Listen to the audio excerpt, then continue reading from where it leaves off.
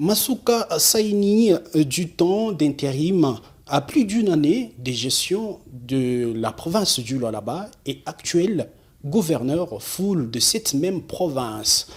Elle a pu réaliser beaucoup de choses. Aujourd'hui, vous allez les découvrir à travers cette intervention spéciale. Sur ces, nous allons recevoir pour vous le docteur en droit Joseph Chimunga. Vous le savez, vous tous, il est l'ancien secrétaire exécutif adjoint de la province du Lualaba, également ancien commissaire général en charge du tourisme au rang du ministre. Avec lui, nous allons essayer de lui poser plusieurs questions d'actualité dans cette intervention spéciale à qui nous disons directement bienvenue. Merci Raymond, merci beaucoup. Vous allez bien, la santé, tout va de l'avant? Dieu nous fait grâce, nous sommes là. Alors, vous nous voyez en bonne santé. Merci. Avec vous, nous allons essayer de vous parler de l'actualité en province. Comment ça se passe d'abord en province actuellement? Avant toute chose, je voudrais faire les salutations. D'abord à votre auguste personne en tant que personne de médias. J'en profite également pour saluer tous ceux qui sont avec nous, tous ceux qui nous soutiennent, surtout les gens de la plume et des médias. Merci beaucoup. Oui, je crois que la province du Lualaba, moi en tant qu'un ancien de Kolwezi, je connais cette ville mieux que quiconque. Cette ville est totalement métamorphosée, sinon pour dire transformée, sur le plan infrastructurel, sur le plan démographique, sur le plan des activités, que ce soit des activités minières, des activités de tous ordres. Cette ville est en pleine mutation. Merci beaucoup, Joseph Chimunga. Pourquoi un moment de silence, frustration ou temps de méditation pour vous? Non, disons que d'abord le silence est d'or. Le silence nous permet, c'est une période qui nous permet d'observer ce qui se passe. Mais ça ne veut pas dire que nous ne sommes pas impliqués. Nous sommes impliqués également dans tout ce qui se passe en province. Donc il n'y a pas de frustration. Étant donné que nous-mêmes nous étions actifs sous le mandat expéditif d'intérim de Madame la gouverneure Fifi Masuka. Et donc mon silence n'était que de soutenir ce qu'elle est en train de faire. C'est un silence d'engagement. Comment vous voyez d'abord le tourisme actuellement dans la province du Lualaba, parce que c'est l'aspect quand même qui doit vous toucher. Disons que c'est un processus, le tourisme. Comme nous l'avons déjà dit, même les pays les plus poussés sur le plan du tourisme sont en train de se refaire, de se faire, ainsi de suite. Donc le tourisme au Lualaba, c'est un objectif. Je crois que nous allons de l'avant jusqu'à mettre en pratique ce qui a été élaboré sur le plan du tourisme. Je crois que nous sommes sur un bon élan sur le plan touristique. Parlons du découpage. Cette histoire qui fait grabuge dans la province également, actuellement on peut le dire ainsi. Revenons sur cette histoire du démembrement territorial, communément appelé découpage territorial. Quelle a été l'implication de la gouverneure actuelle, Fifi Masuka Saini? D'abord, c'était une aubaine, le démembrement territorial, qu'on appelle communément découpage, à tort ou à raison, mais moi, en tant que technicien du droit, nous appelons ça aménagement du territoire avec d'autres aspects. Et dans cet aménagement du territoire, il y a eu beaucoup d'implications, parce qu'aujourd'hui, nous sommes en train de louer la province du Lualaba comme une province pilote. C'est parce qu'il y a des gens qui ont travaillé pour cette conséquence du découpage. Et ici, loin de parler d'autres personnes, je parle de mon mentor, je parle de Fifi Masuka qui s'est impliqué. Parce que n'oubliez pas que Fifi Masuka fit en 2006 le député du Katanga. C'est un élu du Katanga dans la circonscription de Lubumbashi. Elle a été élue, je crois, 4 fois. Donc depuis la législature de 2006 jusqu'à la législature passée. Donc elle a été reconduite à la tête, disons, de la députation nationale à 4 reprises. Et j'ai un souvenir radieux parce que elle est parmi les personnes qui se sont impliquées dans le cas du démembrement pour que Kolwezi soit le chef-lieu de la province du Lualaba. Parce que n'oubliez pas que pendant le découpage, il y a eu beaucoup d'interférences. Rassurez-vous, notre constitution date de 2006.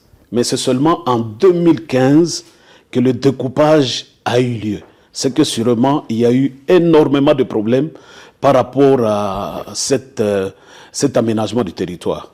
Et je me rappelle bien, Madame Fifi, parmi tant d'autres députés provinciaux et plutôt nationaux, elle s'est impliquée totalement dans le cadre du découpage parce que... Vous dites là, ce n'est pas pour faire encore une fois des pauses. Non, mais moi j'ai travaillé avec Madame Fifi, lisez mon histoire avec elle. Non, ce n'est pas qu'aujourd'hui je peux parler seulement de Maman Fifi parce que je ne suis pas aux affaires.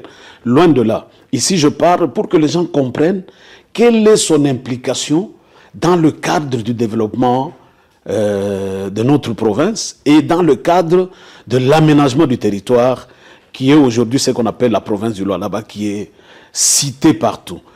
N'oubliez pas que pendant les tractations du découpage, il y a des gens qui voulaient que la ville de Kolwezi, Fungurume et consorts, soit annexée à la province du Haut-Katanga. Et pendant ce temps, il y a eu beaucoup d'implications sur le plan tribal et consorts. Mais ça s'est passé comment pour que Fungurume puisse... Non, d'abord, nous avons pris le cadre d'un schéma administratif de l'époque. C'est pourquoi le Lualaba et Fungurume étaient attachés à la ville, plutôt à la province du Lualaba. Mais pendant les revendications avec l'émancipation culturelle, il y a des gens qui voulaient que la Sangaphonie, l'Endembo, soient rattachés à la province du Haut-Katanga. Et Madame Fifi est parmi les combattants, elle comme combattante, qui ont prévalu pour que la ville de Kolwezi soit le chef-lieu de la province du Lualaba avec sa suite, disons, cette zone de Copperbelt. Je parle ici des mines, Fungurume et consorts qui sont ralliés. C'est ça la nouvelle configuration. Elle a joué un rôle très capital. Et je connais, parmi tant d'autres, il y a eu d'autres députés, mais elle a joué ce rôle avec... elle a convaincu même Moïse Katumbi qui ne voulait pas que la province du Lualaba soit indexée avec la ville minière de Kolwezi. Restons sur cet aspect. Forum sur les développements de la province du Lualaba à la veille du découpage, on peut le dire ainsi, territorial.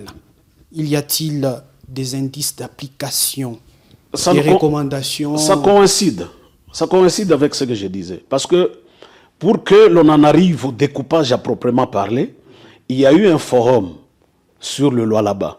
Et dans ce forum, Madame Fifi Masuka et moi-même, Joseph Chimonga, nous étions dans une même commission. Nous étions dans la commission appelée ECOFIN. Et elle était... Donc nous sommes adressés à une personne bien indiquée, qui est vous. Hein. Oui, bien sûr. Moi, j'étais avec elle. D'ailleurs, elle avait beaucoup de soucis pendant ce temps pour la transformation de la ville de Kolwezi, pour ne pas dire du Lualaba tout entier.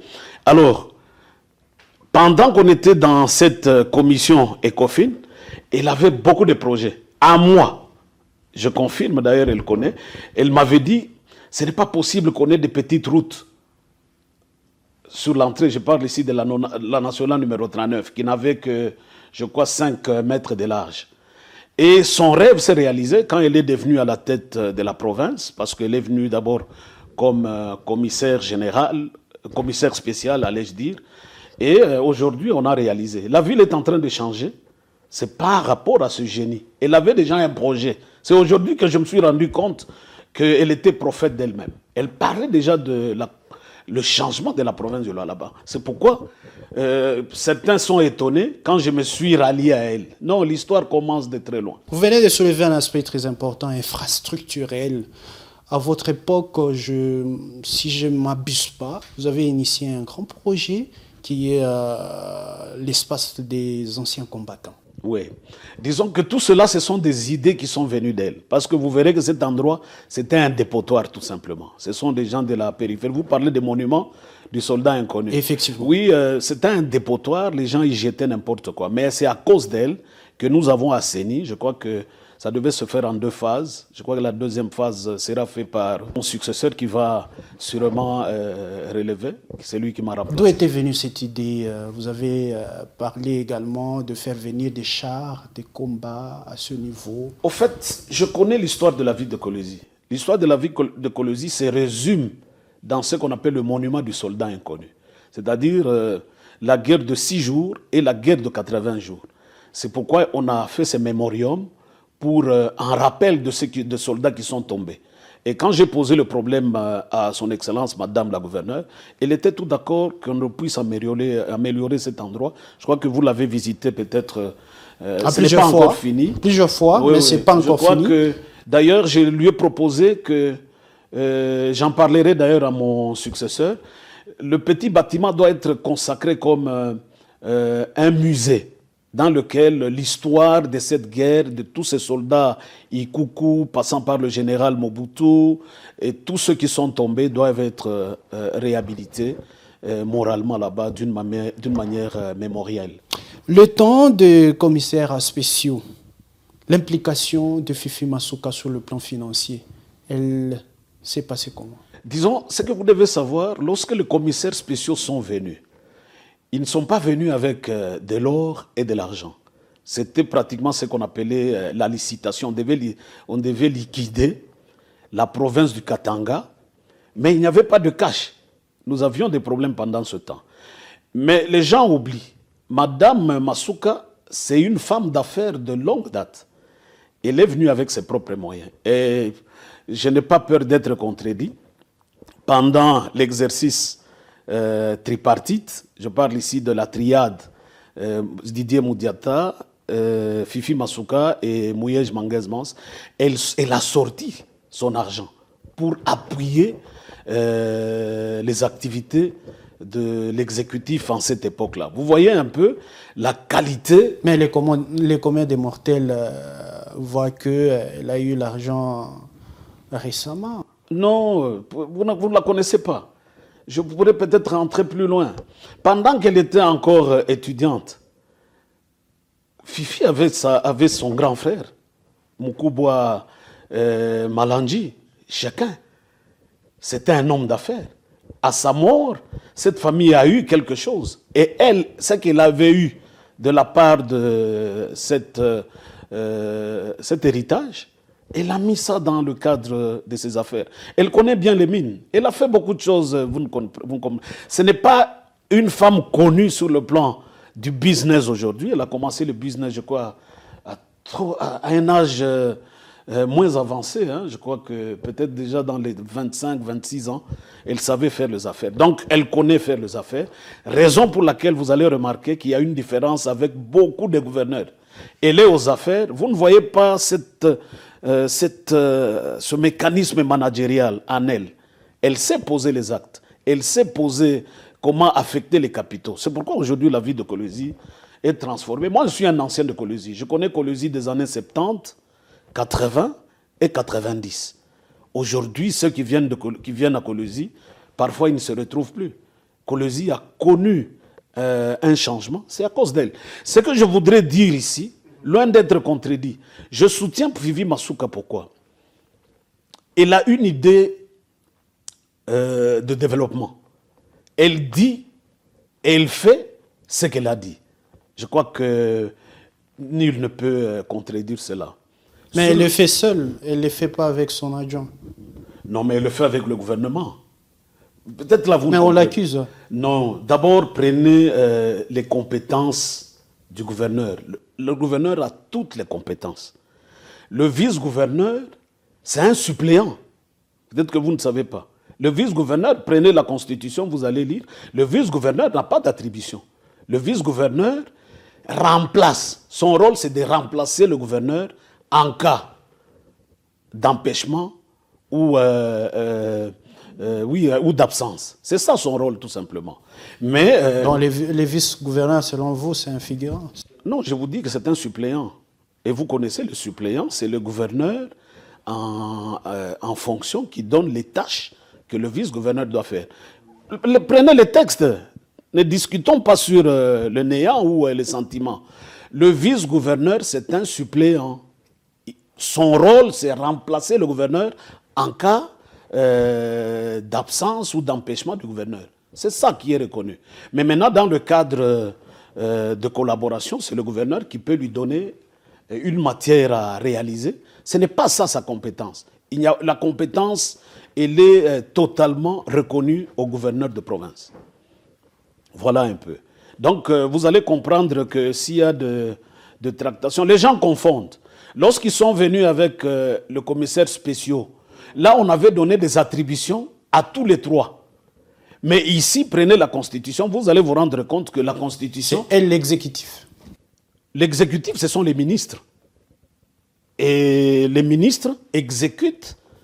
les ordres du gouverneur. Oui, les ordres du gouverneur et le budget par rapport à l'autorité budgétaire qui est l'Assemblée provinciale. Et on exécute ce budget à travers l'exécutif provincial. Quand on parle de l'exécutif provincial, c'est le gouverneur et son gouvernement. Parce que nous parlons de Fifi Masuka Saini, l'actuel gouverneur de la province du Lualaba, la province pilote, on peut le dire ainsi, de la République démocratique du Congo. Quels sont ses atouts au niveau politique, religieux, familial et autres? Je crois que ici, je dois parler d'une personne.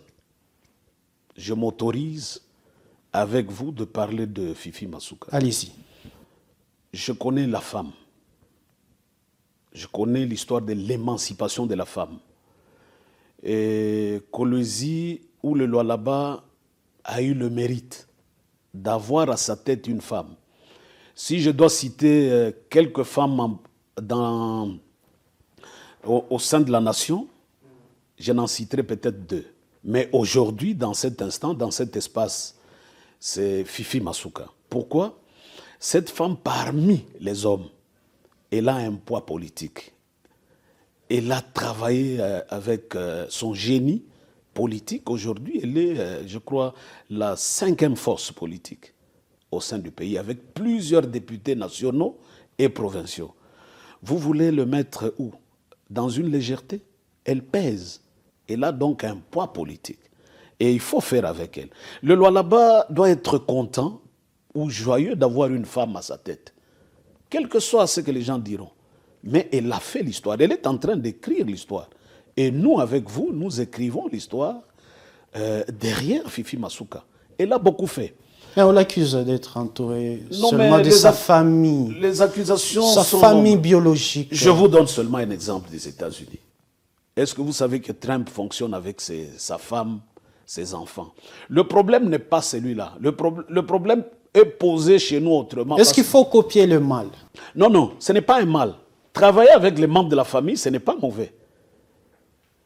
On peut sélectionner. Est-ce que vous allez dire que dans les centaines de personnes qui sont autour de Fifi, tous sont de sa famille? Il y a des postes de confiance où elle peut mettre quelqu'un ou quelqu'un d'autre. On ne peut pas entrer là-bas. D'ailleurs, ça, ce sont des débats qui ne payent pas. C'est qu'on peut voir quel est l'apport après qu'on ait un gouvernement. Quel est l'apport? N'est-ce pas? Est-ce que les routes sont faites? Si oui, vous venez d'arriver à l'endroit où nous sommes. Je crois que vous êtes content de voir ce fief. À l'époque, c'était de la brousse. C'était des trous partout. Et là, elle s'est impliquée dans le cadre des infrastructures. C'est ça le résultat. Les gens veulent voir la couleur des personnes, mais ils ne voient pas le résultat. Quelle est l'importance d'avoir un père qui s'habille bien, mais vous n'étudiez pas? Vous n'allez pas à l'école. Moi, je préfère avoir un père qui n'est pas bien vêtu, mais qui est dans ce qu'on appelle la logique de la responsabilisation.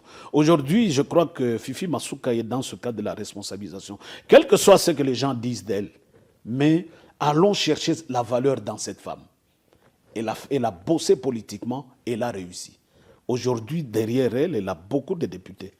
Elle a beaucoup d'autres personnalités. Ça, c'est un point capital. Qui l'a fait? Quelle est la femme que vous connaissez dans ce pays qui a fait comme Masuka?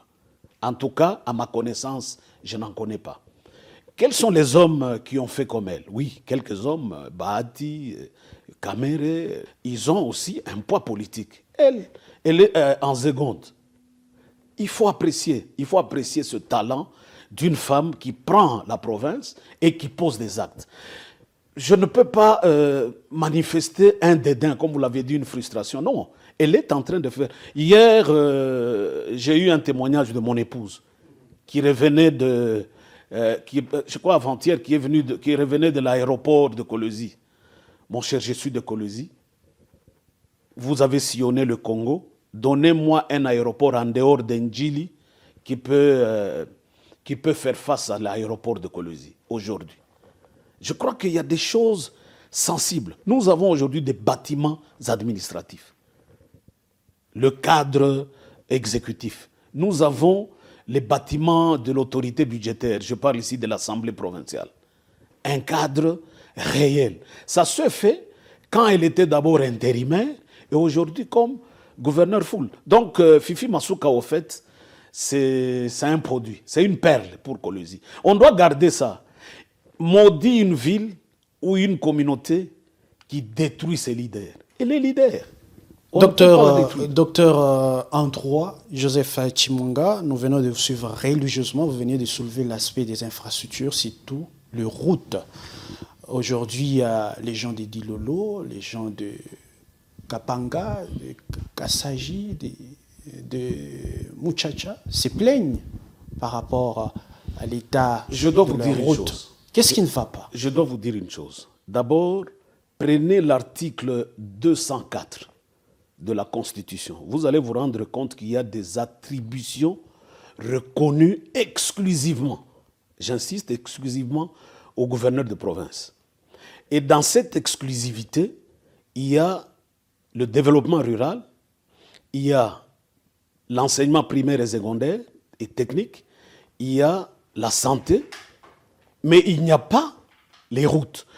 La route que vous venez de citer, vous parlez de la nationale numéro 39, c'est de ça qu'il s'agit. Effectivement. Oui, cette nationale numéro 39, c'est une route nationale. Et la route nationale, lisez l'article 203 de la Constitution, vous allez vous rendre compte que la route nationale, elle est dans une compétence concurrente. C'est-à-dire l'implication du gouvernement central et aussi de l'implication du gouvernement provincial. Mais n'oubliez pas, le gouvernement national a une primauté sur le gouvernement local. Raison pour laquelle, lorsque nous faisons un projet pour aménager cette route, il faut se rendre compte du projet du gouvernement central. Or, pour la route en question, le gouvernement central, depuis, je crois, 2006, a déjà fait beaucoup de projets pour construire cette route. Le gouvernement provincial ne peut pas s'arroger directement. Donc, disons, il y a un problème par rapport à l'application des règles, parce qu'ils font un plan pour que la compétence concurrente soit réalisable. Or, s'il n'y a pas un plan par rapport à cette route, le gouvernement local, ici, je parle du gouvernement provincial, n'a pas la compétence directe pour construire cette route. Je vous dis c'est une route nationale, elle est de compétences concurrentes, qui distance, je crois, de 600 km de Kolwezi, Dilolo et Kapanga, plus ou moins 600 ou 700 km. Mais elle ne peut le faire qu'avec l'accord préalable du gouvernement central. Elle est limitée pour la construction de cette route. Raison pour laquelle vous avez vu, elle a pris un schéma de contourner cette route par ce qu'on appelle le route, disons l'axe routier qu'on appelle communément provincial.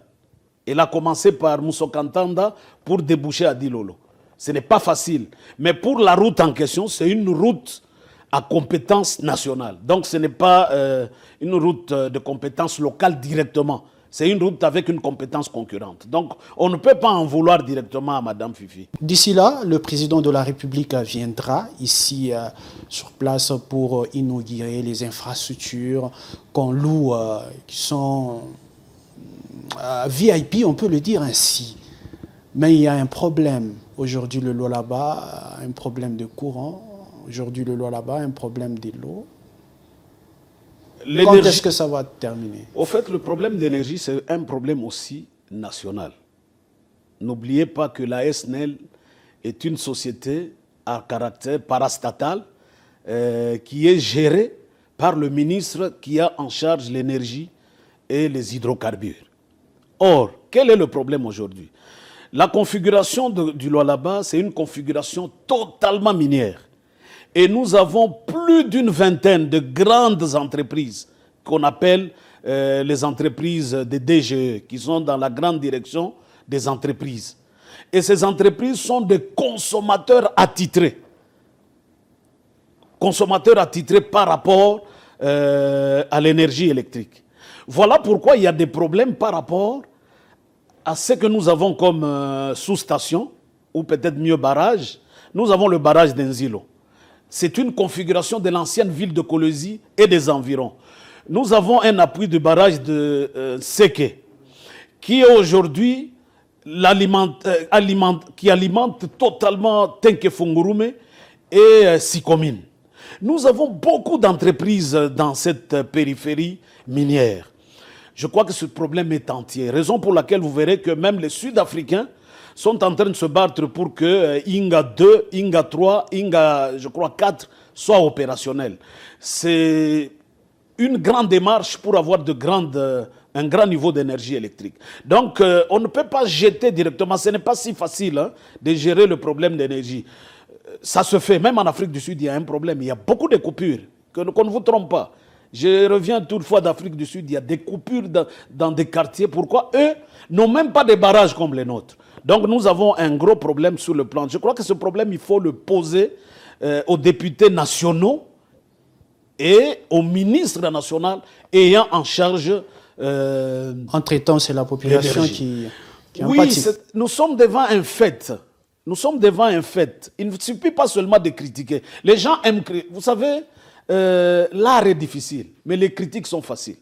Vous pensez que vous, Raymond, si aujourd'hui on vous prend, vous devenez gouverneur, tout sera rose? Vous savez que cette femme ne dort pas. Elle souffre. Je crois qu'elle ne se repose pas. Un moment, j'ai discuté avec elle il y a très longtemps. Est-ce que vous vous reposez? Elle souffre. Elle ne dort pas. Elle a beaucoup de problèmes. Ces problèmes sont parfois créés par la communauté, par la population.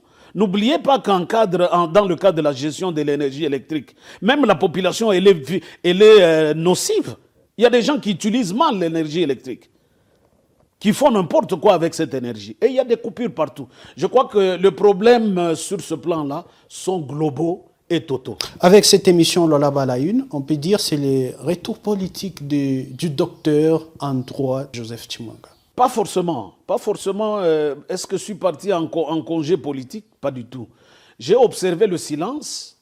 Je vous ai dit au début, mon silence était d'appuyer le chef. Parce que vous savez, dans tout le temps, vous avez vu certains membres de partis politiques, lorsqu'ils ne sont pas alignés, certains font ce qu'on appelle la transhumance, ils vont par-ci, par-là. Non. Moi, j'ai un seul point. Je crois que pour ceux qui connaissent, surtout tes confrères dans les médias, Fifi Masuka, c'est mon mentor. Je le dis sans honte. Elle m'a appris beaucoup de choses, cette femme-là. J'ai appris beaucoup de choses à côté d'elle. Si je suis devenu ce que je suis, elle a aussi concouru pour beaucoup de choses. C'est une conseillère, c'est une maman. En dehors d'être gouverneur de province, n'oubliez pas que c'est une maman, c'est une mère avec des enfants que vous connaissez mieux. Donc elle mérite, c'est pourquoi j'appelle à la population de Kolwezi de ne pas être ingrate. Dieu nous a donné une femme à la tête d'une province qui travaille mieux. Imaginez si nous avions à la tête d'une province un troubadour, quelqu'un qui prend l'argent, qui détruit pendant tout ce temps. Or, c'est un mandat. Qu'est-ce que nous devrions avoir? Aujourd'hui, à l'entrée de la ville, Kolwezi donne déjà des stigmates historiques, l'échangeur. Même l'échangeur 2 qui est en projet, c'est le génie de Masuka. Est-ce qu'il faut cracher sur ça? C'est malhonnête. On ne peut pas cracher sur quelqu'un qui fait du bien. C'est vrai que tout le monde ne sera pas d'accord avec elle. Mon cher, vous savez que même les gens qui travaillent à ses côtés, c'est maintenant qu'ils construisent. Nous avions connu des dirigeants qui ont mal payé leur personnel. Fifi Masuka a ramené le désir d'être conseiller. Moi, j'étais conseiller dans un des gouvernements. Mais j'étais très malheureux. Je ne vais pas vous citer le salaire que j'avais. Mais quand Fifi Massouk est arrivé aux affaires, elle a bousculé, elle a mis les gens dans leur tissu. Ce que je vous dis est vrai. Peut-être en dehors du caméra, je vais vous dire ce qu'elle a fait des gens. Au fait, c'est une maman. Elle mérite une gratitude pour sa population, pour ce qu'elle est en train de faire. Parce qu'on ne peut pas seulement condamner sur une malfaçon. Parce qu'on peut toujours mal faire, quelque part. Elle n'est pas parfaite, mais c'est une génie. Mais je voudrais ici rajouter avant de terminer. Rapidement, parce que le temps chez nous, c'est de l'argent, hein, on est presque à la fin. Elle est victime aujourd'hui de vilipendage de membres de l'Union sacrée. Ce n'est pas correct. S'il y a des partis politiques de l'Union sacrée qui l'insultent, qui l'attaquent, je pense que ces gens ne sont pas bien formés. Dans un parti politique, nous faisons ce qu'on appelle une famille. Elle est dans la famille de l'Union sacrée. Il n'est pas normal qu'un membre d'un parti de l'Union sacrée se comporte comme un opposant. Oui, on comprendrait, les opposants peuvent l'attaquer, c'est tout à fait normal. Mais elle doit être soutenue par les gens de sa grande famille. Merci beaucoup, très important. Merci à vous tous qui nous avez suivis de partout. Vous étiez en train de suivre cette émission si spéciale.